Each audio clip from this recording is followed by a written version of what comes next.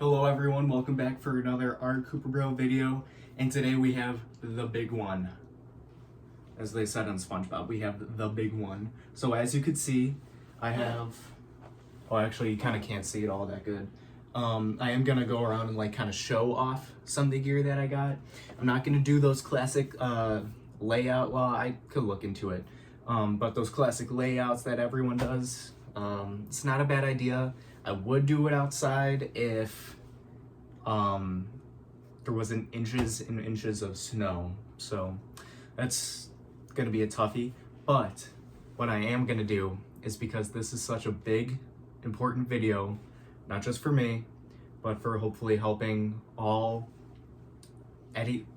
every single one of you Vietnam War impressionist reenactors, even just people looking to learn more. So anyway, this is the big R Cooper Bro video, and welcome. As you can see in the background, I have footage courtesy of Periscope Film. I have footage from Operation Dewey Canyon days before, and then operation itself, all that courtesy of Periscope Film. I cannot say that enough, so thank you. We have footage in the background, and let's get right into the showcase. So, gonna pick this up. Let's start. So, for starters, we got the USMC 8-point cap. We have my classic standard M1 with the tire band around it. And then along with that, we have some insect repellent right on there. Down here, we have bandolier, holds 7 magazines, I believe. Right here, we got my standard towel issued to any and all GIs that really needed one. Back here, we have my M55 flak vest. It has been gutted, so it no longer has the plates that, like the actual, they weren't even really ballistic plates, but they were plates to help stop shrapnel. Anyway, all that's removed. And this is the M55A2. On here, we have my whole M56 web gear get up. So that's awesome. We have the standard M17 gas mask bag. And then moving on, one of the big reveals is, yes, I finally got a rucksack. While for Operation Dewey Canyon, you can absolutely get away with using an M41 haversack, USMC haversack if you want. If you actually want to use it for reenacting purposes, it's not gonna beat a rucksack. So right here, I believe, because I got it this summer, it is the P68 rucksack frame. So the frame itself would be the P68. It's got all the straps on it. Oh, and the way that you could tell whether it's like the P65, P64,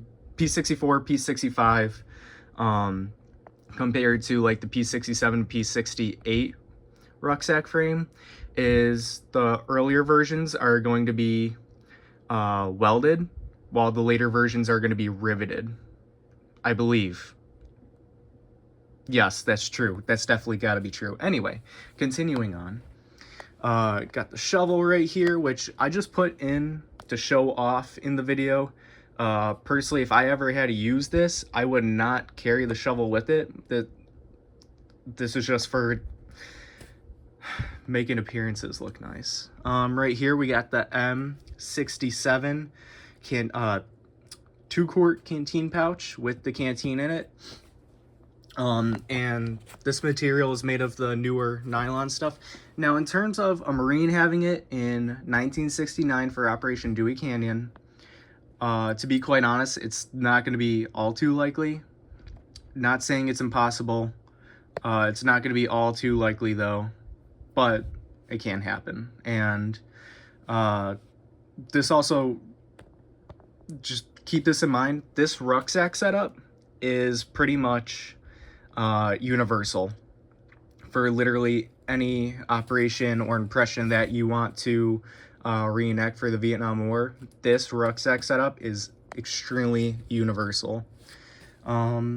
Right down here we have, right down here we have the I want to say the M8 M8 bandolier, which would just be the Claymore bag.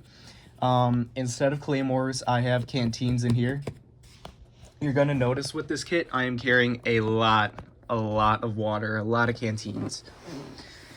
So on this side, I actually have 2 canteens. So you can see one right here with the M56 canteen pouch and then the canteen in it. Then on the side, I actually have a carabiner clip, just kind of hooked on one of the loops, holding another canteen, 1-quart canteen. Inside, you could kind of see it right here. I have, this is the lightweight poncho that GIs were issued. And then it's going to be hard to see because I'm going to have to flip up the canteen bag, or excuse me, the Claymore bag. Let me see if I could do it. Oh, hell no, I can't. Oh, no, you can't see it. Right down here, I have, excuse me, I'm trying to hold this up. I'm in a very awkward position. At the bottom, we have the rucksack shelf. This is just to support my bedroll right here, which is actually a heavyweight poncho. And then on the inside is a poncho liner. So this is your most basic standard bedroll. If you guys ever want to see a video of me explaining how I set up my rucksack, please let me know in the comments. If you could see me right here. If you ever want to see a video of me explaining how I set up my rucksack, just let me know in the comments. It was very tricky and it was not easy. I needed to look at a lot of YouTube tutorials and kind of figure some things out on my own. I don't think there's enough out there. So like I said, if y'all want to see just how to set it up, or even just like how to attach your actual lightweight rucksack, which is what I'm using, your actual lightweight rucksack onto the frame, just let me know right in the comments. Here, this is just a standard duffel bag. Every GI was issued. This is personally my grandfather's, who's in the Air Force. And then on here, this is all just kind of like look decorative, I don't know, look cute and shit like that. I got another bandolier pouch up there, no magazines in it. We have a standard utility strap, which I'm not using at the moment, so kind of just still have it set up there, because in this impression, I'm just going to be a standard Marine squad leader. I got my M1911 right here. All this is airsoft. But you can see that this is officially Colt licensed, which is awesome. And one of the new ones that I got, new rifles, is an M16A1. And I love it. It's actually got the tri-prong right on the top. So I like that. I prefer it over the birdcage muzzle, but that's just me. And you can see on this one too, it's also branded Colt. And then right down here is, I'm forgetting the exact number, but it is a demolition bag. For like all I have in here is just airsoft Thunder Bees. That's where I keep all my Thunder Bee stuff. And I luckily was able to get the lemon grenades that Thunder Bee was selling, so I got quite a few of those. All right, we're back after that equipment showcase. And right now I'm going to be showing you putting this equipment on, what it would look like. For starters though, let me show you, well actually let me just break down my standard uniform, what I'm wearing right now. Right now, this is just a standard USGI undershirt, OD green. To my knowledge, Marines were originally issued undershirts that were just plain white. And then when they got in country, they would dye them OD green. Let me get a sip of my coffee. Sorry. By the way, do you guys like that footage in the background? I think it looks pretty cool for this video. Anyway, I'm very excited since this is the big video. So we got the undershirt. Right here is the standard, Right here is the standard Marine Corps belt, just khaki, super simple. Right here we have a Lowland ERDL trouser pants, just trouser, not trouser pants, anyway, sorry. The standard Lowland ERDL, to my knowledge, by 1969, most Marines were issued. They were still using the standard OD green. I want to say it was OD 107. That's the exact color that they were using. I'd have to fact check that, but I'm like 90% sure that's the shade of olive drab they were using. Anyway, so yes, this is a Lowland, and right here is the, excuse me, right here we have standard jungle boots. The only thing that is actually a repro in literally all of my gear right here is these jungle boots. I got them on SM Wholesale, as I explained in other videos, and by far I cannot recommend them enough. They are phenomenal. For a Marine at this time period though, in 1969, Operation Dewey Canyon, since Dewey Canyon took place like January, February 1969, what these troops at the time would have been issued was, I want to say, Vibram sole, as opposed to Panama sole, which is just kind of like the grooves at the bottom. Anyway, moving on. I did get a cool little something. Now this is from the time period. Actually, I believe there is a date. If you'll excuse me, I'll read it off for you. This is from the time period of Operation Dewey Canyon. Here we are. 1969. And it is a coat man's camouflage cotton. Poplin Ripstop Class 2. Richard WYNN Enterprises Incorporated. Anyway, as you can see here,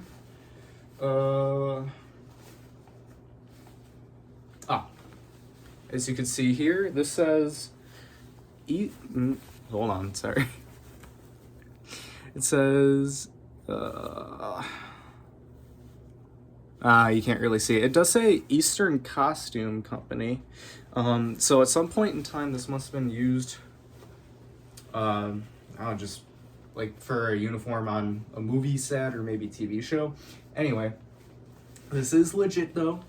And as you may have noticed, it is ERDL, but it is a different type of ERDL compared to my trousers. So this one is the Highland ERDL. It's gonna be more brown as opposed to the lime green dominant Lowland ERDL. Highland ERDL is brown dominant. So while I absolutely could use this, since to my knowledge, troops, because of supply issues, sometimes you would have to mix different types of ERDL. To my knowledge, I'm just gonna show you guys what this looks like real quick. I'm not gonna wear it in my actual uniform, I'm just gonna show you. But anyway, what I was saying, to my knowledge, it would not be inaccurate to wear this. And also another thing you may have noticed is that it's sleeveless. I don't know if it was cut off at the time or what, like as opposed to being cut during the war or after the war. It is sleeveless though, and there were troops who did cut off their sleeves. It's not a FARB thing to do in reenacting. I prefer not to do it though, but just to show it off. Certainly doesn't look half bad. This is probably something I would wear if I wasn't wearing my undershirt, but I'm wearing my undershirt and I want to look just a little bit more accurate. So, you'll excuse me. Ow, just hit my fingies on my fan. Oh, yeah, as you can see, I don't know if you guys just saw it. It showed soldiers using M41 haversacks. So like I said earlier, it is accurate. All right, moving on. I'm gonna have to take some of these things off, but moving on.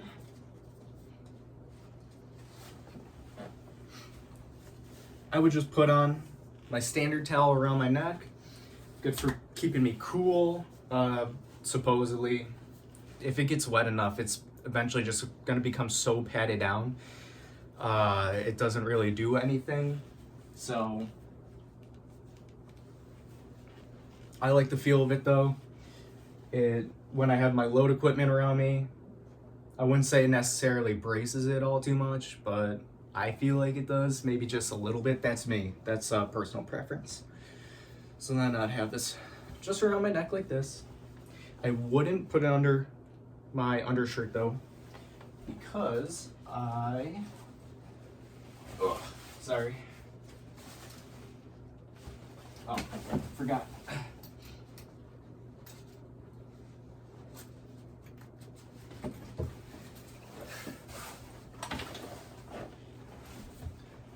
Anyway, as I was saying, because it's actually going to go under my flak jacket, and I got a runny nose, if you guys would excuse me. You know I don't like making cuts on this channel, so I kind of just roll with it. Even in my biggest, most important video, I'll just run with it. Oh, and great, a little thread just came off.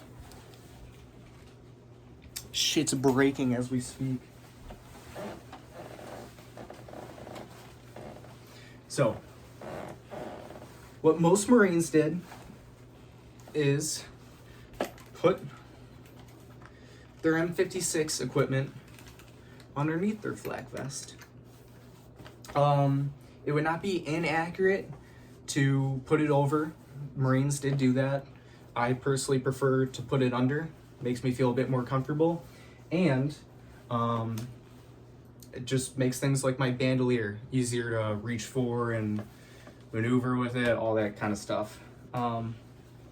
But as you can see down here, because I plan on reviewing everything that I'm using for this big, most important video on our Cooper Bro.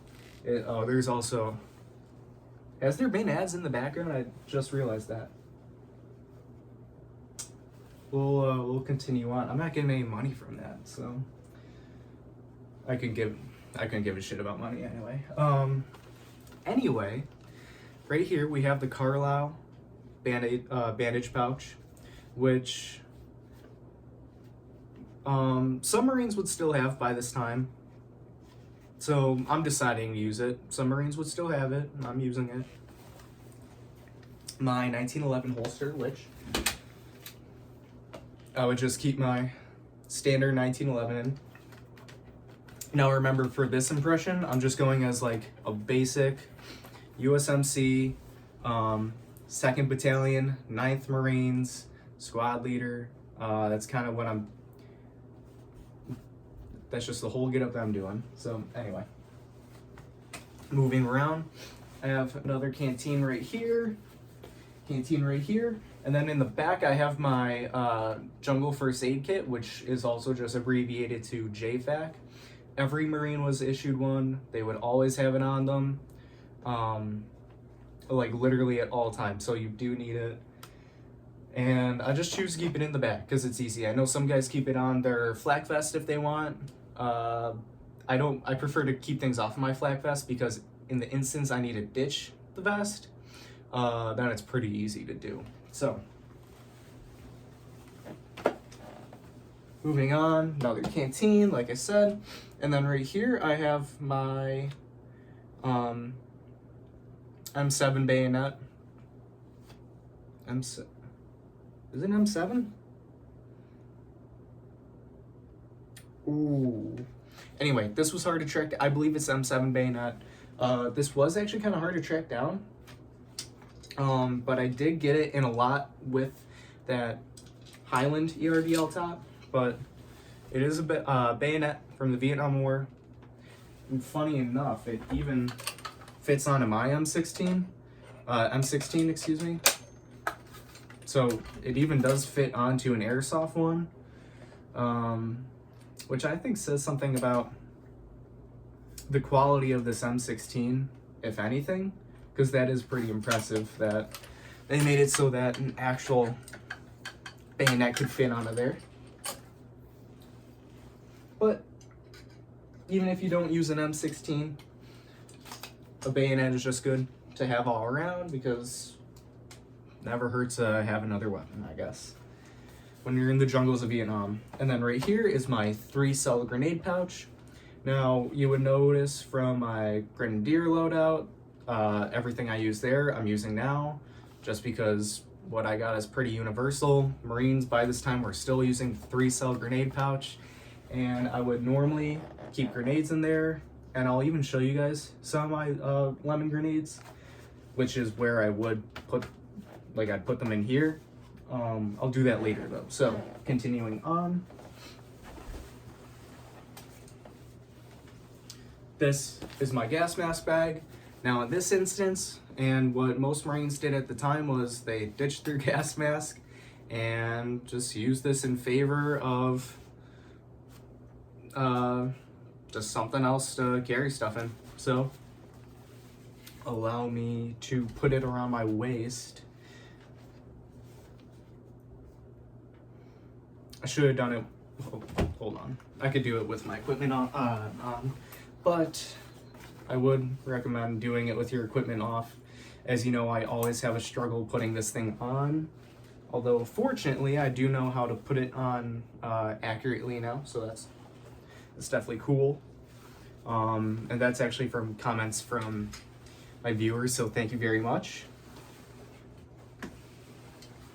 So, when you put it on, you put the big strap around your waist. And then if I have it set up correctly, which I do, beautiful. So you have it set up around your waist, just like that. I tried putting mine just a little bit above my belt, so in that way it's gonna get something to snag onto.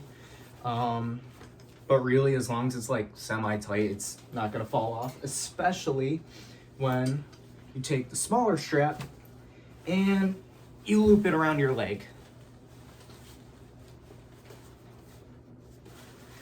So, a lot of Marines by this time in 1969 actually were required to have their gas mask bag on them, like at all time. Whether they wanted to put it on their rucksack or around their waist, that was left up to them, but they did need to have it at all time. They didn't, to my knowledge, they didn't need to have a gas mask itself, though. As long as they had the bag, it was okay. Which the logic of that doesn't make much sense for me, but that's how it was. I don't think that the U.S.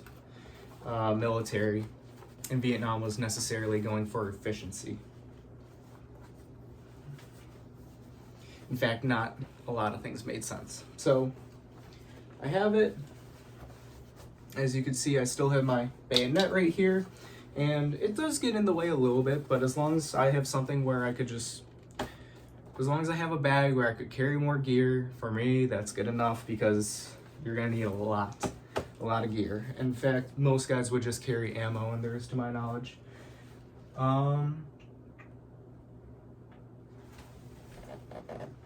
For the hell of it, 8-point cap. Now, this would not necessarily be used in battle, but it could be used around the fire base if you want. It's just a standard utility cap, so even if you're just digging defensive positions, anything like that, it's always good to have on because it blocks out some of the sun. But for the most part, guys are, as you could even see in the videos, guys are always going to have their M1 steel pot helmets. Now, I actually have myself another rucksack frame. I haven't been able to identify it. For whatever reason, it has black paint, which to my knowledge, most of them from Vietnam had green paint, but here it is. Literally bare bones, didn't come with any straps. These things are expensive, guys. Before you ever decide to get a rucksack, please, please, please, please make sure that you finance yourselves right. Because, you know, like I said, these things are expensive. I think right now they're going up to like $400 just for the frame itself, which is insane. This frame though actually came with a really good intact lightweight rucksack, so that's why I got it, which I'll show off later. But for now,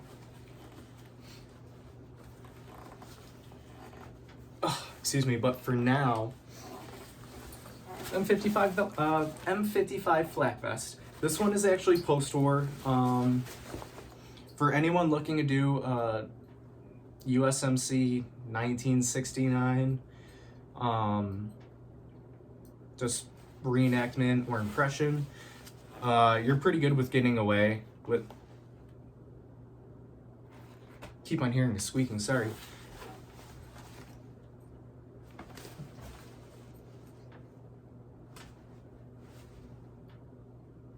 I'm not sure. Oh, also, one of the things I almost forgot to show off is in the back here, you can't really see it. I do have a carabiner clip just strapped around my ERDL trousers. You never know when you need it. It's kind of a utility thing. Anyway, back to what I was saying, I'm sorry.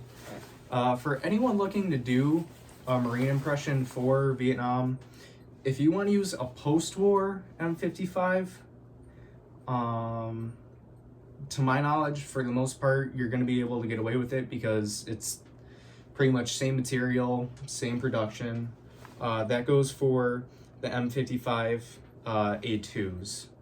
I'm not quite sure about the A1s or even the A3s, or just like the third model, first and third model of them. But anyway.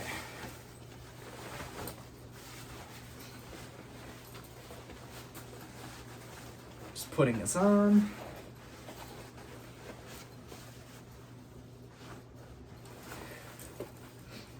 And then I do like to strap it up. I don't like leaving the vest hanging open. I will strap it up about halfway. That's what I prefer to do. I don't think that has any historical significance or anything though. That's just how I prefer to do it. For any other reenactors, you could do it however you want. Marines were also always issued M55 flak vest, and they were required to wear it in combat operations. I gotta wipe my nose again, excuse me.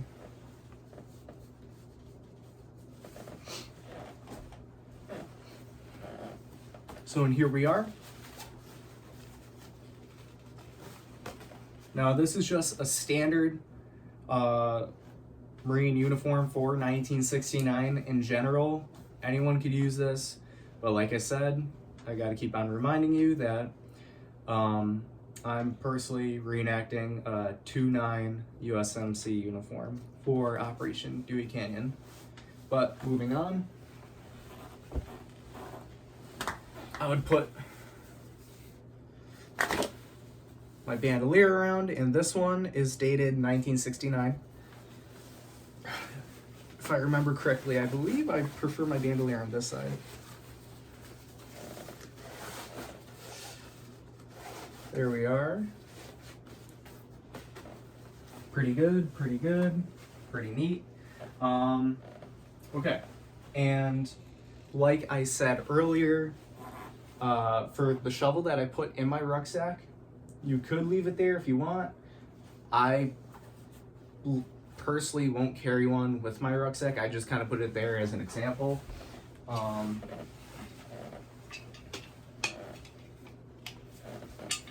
Shovels were not, I mean, they were needed, you know, on fire base, but if you're going out on a patrol, chances of you needing a shovel are not likely.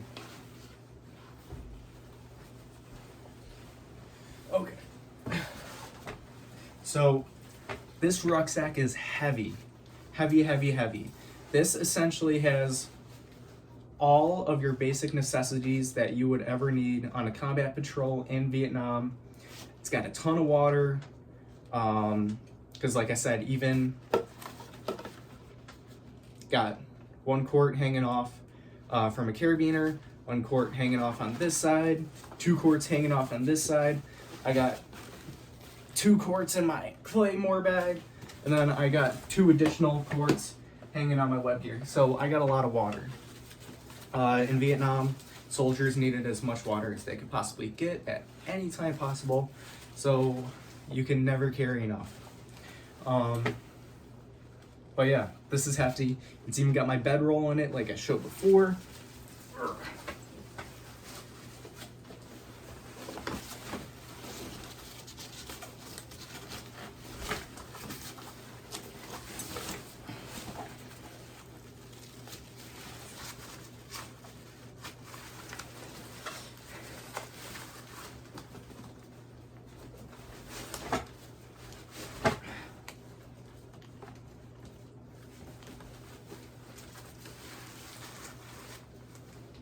Just making sure it's comfortable for me, and it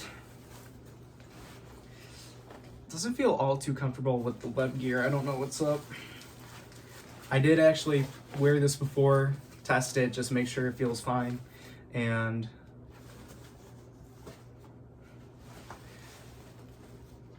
you know what? I think it's with my canteens on my web gear.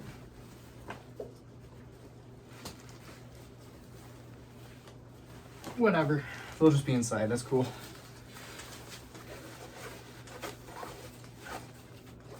Okay, so this is what I got going on.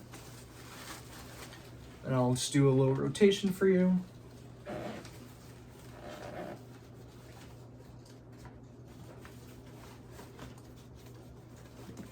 want to make sure it's pretty even and centered.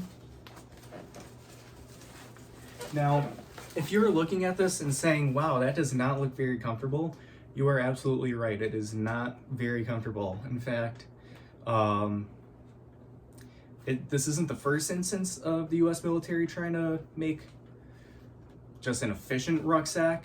But because it was still kind of early with the US military trying to make an efficient rucksack, there's bound to be slip-ups. So they did make an efficient one, I'd say, but not a comfortable one. So here, you could even get a closer look.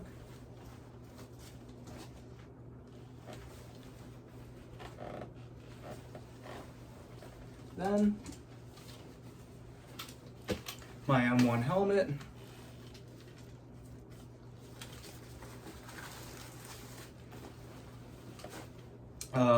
Just standard M1 steel pot with Mitchell helmet cover and the insect repellent. And then, oh, I showed this off in previous videos, but I still got my 3 of spades. Bit farby, I'll admit it, but I did see quite a few photos of guys who had playing cards on their helmet. And then on my tire band, you could see courtesy of Hotel 29. Beautiful. And then my M16 itself.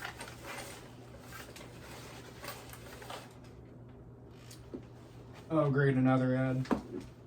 Oh, for Chipotle this time, that's cool. I'm gonna see if I could skip it real quick, just so we could get cool footage in the background. Oh, the video's over. Anyway.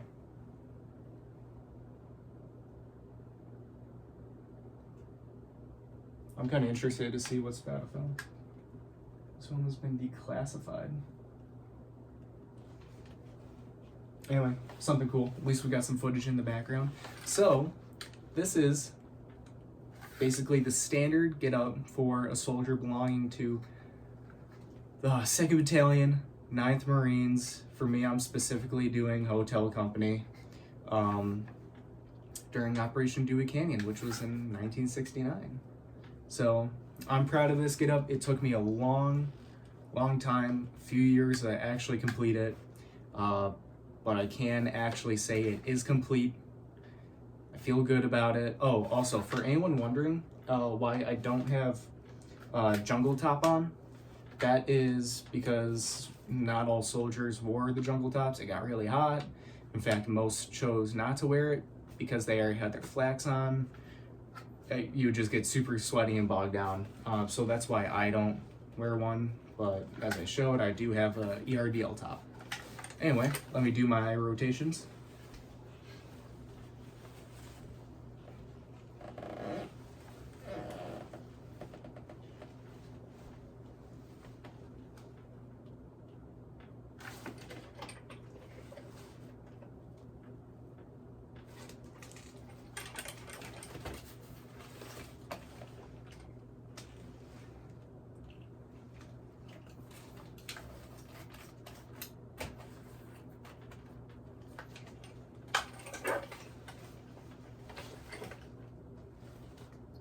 Cool. And I believe that should be the video. Per usual, nothing was scripted, so yeah, sorry about that. I'm just being informed that we need to do 30 seconds of silence for the king. So if we could just do 30 seconds of silence, please.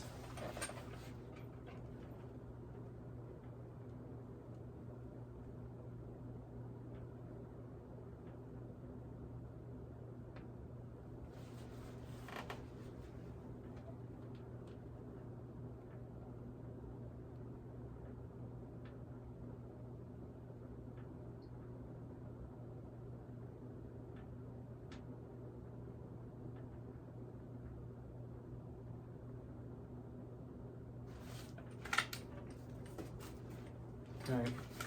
May the king rest in peace. Elvis Presley. Anyway, I was requested to do that by a special someone. A special someone who also does Vietnam War reenacting. So anyway, that's the video. Thank you all so much for watching. I'm very proud of it. If you'd like to see any more of this 29 USMC get up for Operation Dewey Canyon or 1969, or if you want me to elaborate on any gear, let me know. I'll absolutely do that. And again, if you want me to show you how this rucksack works, just let me know. I can make a video on that very easily. Well, it won't be easy for me to like kind of break it down, but anyway, you know what I mean. So thank you all very much for watching. I hope that you all take care. Love doing this video. Reenacting in history is a big passion of mine. So again, thank you all very much and take care.